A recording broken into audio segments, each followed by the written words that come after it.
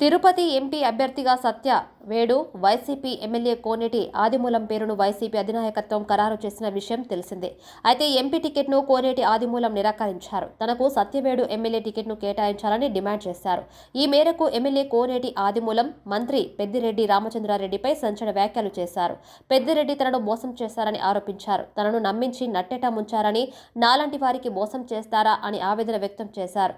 నేను ఏం తప్పు చేశానని, అక్రమాలు ఆస్తులు సంపాదించానా అని ప్రశ్నించారు. సాదాసీదా నేతగా సేవ చేశారని, 14 ఏళ్లు వైఎస్ఆర్సీపీ జెండా మోసి నిరంతరం శ్రమించారని, ప్రజలు తనను భారీ మెజార్టీతో గెలిపించారని ఆదిమూలం కన్నీళ్లు పెట్టుకున్నారు. తాను మంత్రి పెద్దిరెడ్డి కన్నా సీనియర్ను అని అన్నారు. పార్టీలో క్రమశిక్షణ, విశ్వసనీయత లేదంటూ విమర్శించారు. సొంత పార్టీ నేతలే తనను హింసించారని ఆవేదన చెందారు.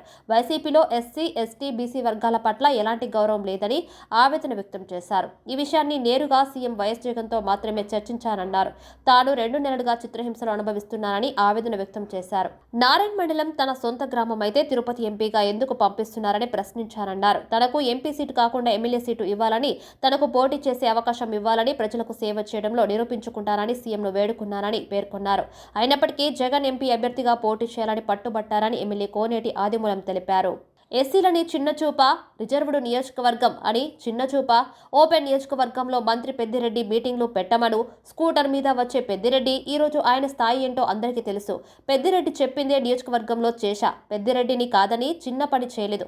నా నియోజకవర్గంలో ఆయన మీటింగ్ పెట్టడం ఏంటి అని ఆదిమూలం నిలదీశారు. అయితే సత్యవేడు ఎమ్మెల్యే ఆదిమూలాన్ని తిరుపతి ఎంపీ అభ్యర్థిగా ఎంపిక చేశారు. తిరుపతి సిట్టింగ్ ఎంపీ డాక్టర్ గురుమూర్తిని సత్యవేడుకు జగన్ పంపారు. ఈ క్రమంలో సత్యవేడు నియోజకవర్గ ఆత్మీయ సమావేశాన్ని మంత్రి పెద్దిరెడ్డి సమక్షంలో తిరుపతిలో నిర్వహించారు. దీనికి ఆదిమూలం హాజరు కాలేదు. నాకు ఇష్టం లేకపోయినా తిరుపతి ఎంపీ స్థానం ఇచ్చి ఇన్ఛార్జిగా ప్రకటించారని ఎమ్మెల్యే ఆదిమూలం అన్నారు. చెవిరెడ్డి, కరుణాకర్ రెడ్డి, రోజా స్థానాల్లో మార్పులు చేయగలరా అని నిలదీశారు. సత్యవేడు నియోజకవర్గ ఆత్మీయ సమావేశాన్ని మంత్రి పెద్దిరెడ్డి ఇంట్లో నిర్వహిస్తారా అని మండిపడ్డారు. సత్యవేడులో మంత్రి పెద్దిరెడ్డి అక్రమ ఇసుక తవ్వకాలకు పాల్పడుతున్నారన్నారు. ఈ అక్రమాలకు తనని బాధ్యుడు చేసి నియోజకవర్గం నుంచి తనను తప్పించారని ఆరోపించారు. 30 ఏళ్ల క్రితం మోటార్ సైకిల్పై తిరిగిన పెద్దిరెడ్డికి ఇప్పుడు ఇన్ని ఆస్తులు ఎలా వచ్చాయని ప్రశ్నించారు. మాజీ మంత్రి చెంగారెడ్డిని అడిగితే పెద్దిరెడ్డి ఆస్తుల చిట్టా బయటపడుతుందన్నారు. పెద్దిరెడ్డే తనకు ఎమ్మెల్యే టికెట్ రాకుండా చేశారని ఆరోపించారు. ఎమ్మెల్యే టికెట్ ఇవ్వకపోవడానికి 2 కారణాలు చెప్పాలన్నారు. సత్యవేడు ప్రశాంతమైన నియోజకవర్గమన్న ఆదిమూలం ఇక్కడ అధికార, ప్రతిపక్ష నేతల్లో ఎవరిపైన కేసులు లేవన్నారు. చిత్తూరు జిల్లాలో సిట్టింగ్ ఎమ్మెల్యే స్థానంలో వైసీపీ మార్పులు చేసింది. దీంతో తన స్థానంపై భరోసా కోసం ఇటీవల మంత్రి పెద్దిరెడ్డిని కలిశారు ఎమ్మెల్యే ఆదిమూలం. అయితే ఆదిమూలం మంత్రి పెద్దిరెడ్డి కాళ్లకు మొక్కారు. ఆ ఫోటో కూడా వైరల్ అయింది. సీఎం జగన్ పై పూతలపట్టు ఎమ్మెల్యే ఎంఎస్ బాబు ఇటీవల ఆగ్రహం వ్యక్తం చేశారు. వచ్చే ఎన్నికల్లో అధిష్టానం తనకు సీటు నిరాకరించడంతో ఆవేదనను బయటపెట్టారు. సీఎం జగన్ చెప్పిన పనులన్నీ చేసినప్పుడు అసంతృప్తి ఉంటే అది తన వల్ల ఎలా అవుతుందన్నారు. తాను ఏం తప్పు చేశానో పిలిచి చెప్పాలన్నారు. తనపై వ్యతిరేకత వచ్చిందంటే ఎవరిది బాధ్యత అని ఎంఎస్ బాబు ప్రశ్నించారు. 5 ఏళ్లలో ఒక్కసారి కూడా తనను పిలిచి మాట్లాడలేదని అసంతృప్తి వ్యక్తం చేశారు. అయితే తర్వాత సీఎం జగన్ వల్లే తాను ఈ స్థాయిలో ఉన్నానని మాట మార్చారు. లేదు సత్యాలు పెట్టమంటాను, లేదా పుత్తూరులో పెట్టమంటాను, లేకపోతే నారాయణ పెట్టమంటాను. 7 మండలాలు ఉందండి సత్య నియోజకవర్గంలో. 1 కాదు 2 కాదు 7 మండలాలు ఉంది. ఈ 7 మండలాలు ఎక్కడైనా పెట్టుకో, వెల్ అండ్ గుడ్.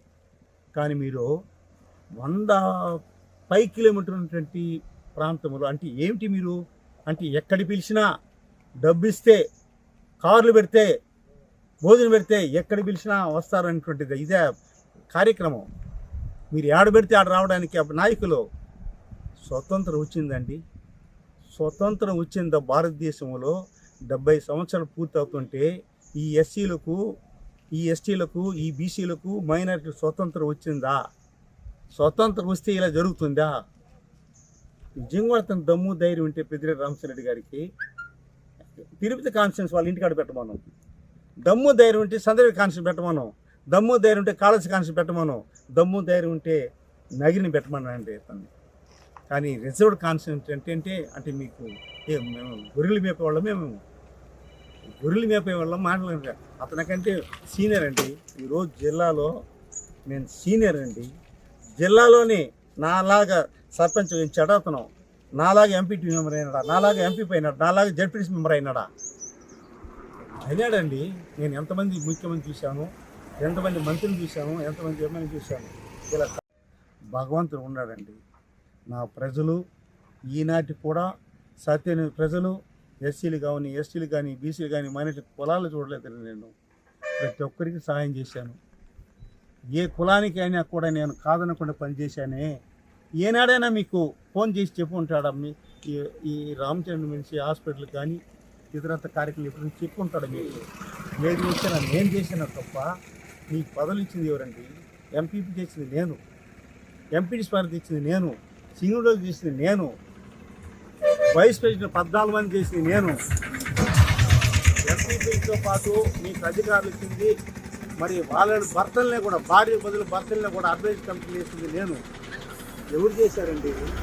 ఎవరు చేశారు? వాళ్ళు మనశ్శాంతి వదిలేస్తున్నారు. ఎవరైతే పదవులు తీసుకున్నారో వాళ్ళకి. కానీ ఎక్కడైనా కూడా పదవి తీసుకున్న తర్వాత ఎవరి దగ్గరైనా కూడా ₹1 అడిగానండి. చెప్పండి వాళ్ళని. ఎంత ఎక్స్కొచ్చిన దాన్ని మైలేజ్ చేసింది ఇతనే.